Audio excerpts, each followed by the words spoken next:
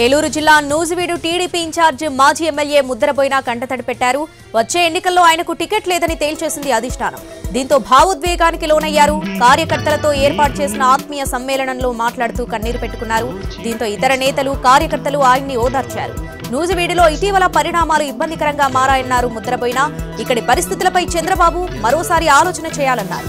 2024లో seat తనకేనని Chandrababu 2 సార్లు మాటిచ్చారన్నారు. ఇప్పుడేమో seat పార్థసారథికి ఇచ్చారంటూ ప్రచారం జరుగుతుందన్నారు. కార్యకర్తలతో చర్చించి ముందుకు వెళ్తానన్నారు ముద్రబోయిన.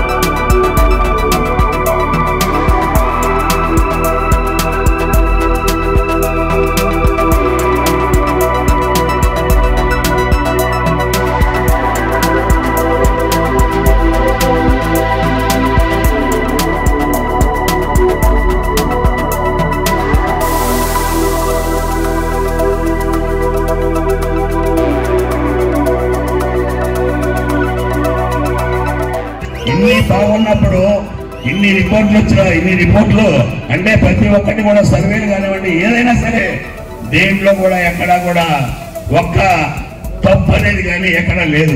ఆయన తెలిసింది. కానీ ఈ మధ్యకాలంలో సారథి గారు ఆయన ప్రకటించారని చెప్పేసి చాలా మంది చెప్పారు. 2024 వచ్చేసరికి ఎలక్షన్స్ దగ్గరికి వచ్చేసరికి మరి మమ్మల్ని ఎవరిని పిలవాలా. మేమేమనుకుంటున్నాం, ఆయన ఆల్రెడీ చెప్పాడు